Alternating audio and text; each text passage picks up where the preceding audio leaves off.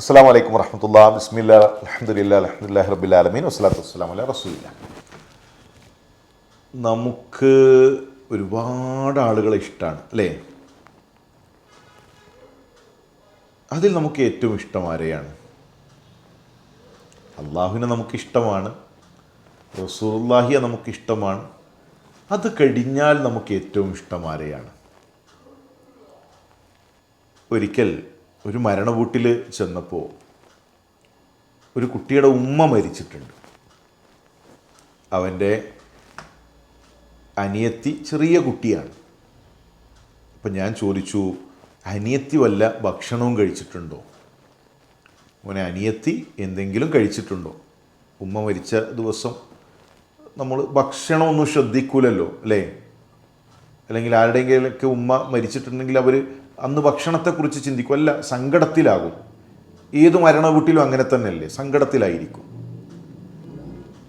അപ്പോൾ ഈ ചെറിയ പെൺകുട്ടിയുടെ സഹോദരൻ പറയാണ്, അവൾ ഭക്ഷണം കഴിക്കണമെങ്കിൽ നിർബന്ധിക്കണം, പിന്നാലെ നടന്ന് കഴിക്കുക പറഞ്ഞാലേ അനിയത്തി കഴിക്കുള്ളൂ. പക്ഷെ ഇപ്പോൾ അത് പറയാൻ ഉമ്മയില്ലല്ലോ. ഭക്ഷണം കഴിക്കുമോളെ എന്ന് പറയാനും നിർബന്ധിക്കാനും ഉമ്മയില്ലല്ലോ, ഉമ്മ മരിച്ചു പോയില്ലേ. നമ്മൾ ആലോചിച്ചിട്ടുണ്ടോ നമ്മുടെ ഉമ്മയില്ലാത്തൊരവസ്ഥ? നമുക്കെല്ലാ കാര്യങ്ങളും ചെയ്തു തരുന്ന, നമ്മളെ സ്നേഹിക്കുന്നത് നമ്മുടെ ഉമ്മയല്ലേ? ആ ഉമ്മയോടാണ് നമുക്ക് ഏറ്റവും കടപ്പാടുള്ളത്.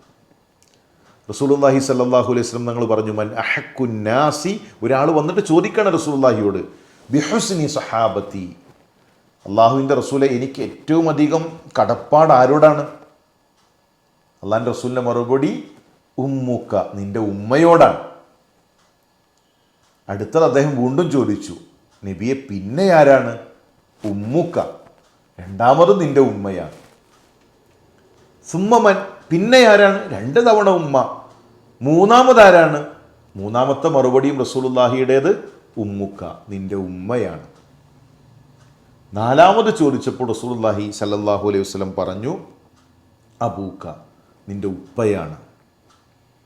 അപ്പോൾ നമ്മുടെ സ്വർഗം നമ്മുടെ ഉമ്മയാണ്. നമ്മുടെ ഉപ്പയെയും നമ്മൾ സ്നേഹിക്കണം. ഇൻഷാ അല്ലാഹ് നമ്മൾ മറ്റൊരു ക്ലാസ്സിൽ പറയും. ഉമ്മയെ സ്നേഹിക്കാൻ, ഉമ്മാക്കൊരു മുത്തം നൽകാൻ, ഉമ്മയുടെ അരികിലിരിക്കാൻ. ഇനി അവർക്ക് വാർദ്ധക്യമാകും, നമ്മൾ വലിയ കുട്ടികളാകും. ആ സമയത്ത് നമ്മളെ എങ്ങനെ ഉമ്മ സ്നേഹിച്ചുവോ അതുപോലെ ഉമ്മയെ സ്നേഹിക്കാൻ നമുക്ക് സാധിക്കണം. ഉമ്മാക്കും ഉപ്പാക്കും വേണ്ടിയൊരു പ്രാർത്ഥനയുണ്ട് അല്ലേ?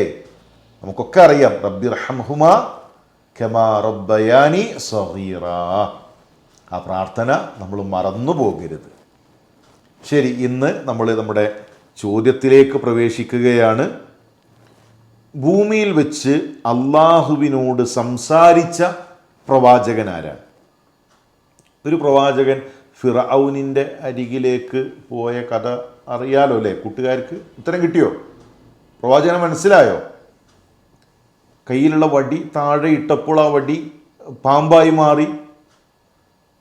ഫിറഔനിൻ്റെ കൊട്ടാരത്തിലുള്ള സാഹിറുകൾ അവരുടെ പാമ്പിനെ മുഴുവൻ വിഴുങ്ങി. മനസ്സിലായോ പ്രവാചകനെ?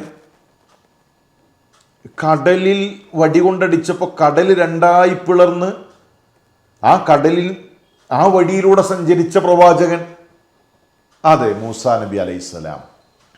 ആ മൂസാ നബി അലൈഹിസ്സലാമാണ് കലീമുല്ലാ. അതാണ് ഇന്നത്തെ ചോദ്യത്തിൻ്റെ ഉത്തരം. ഏതായിരുന്നാലും നന്നായി പഠിക്കുക. അള്ളാഹു സഹായിക്കട്ടെ. അസ്സലാമു അലൈക്കും. ما كان من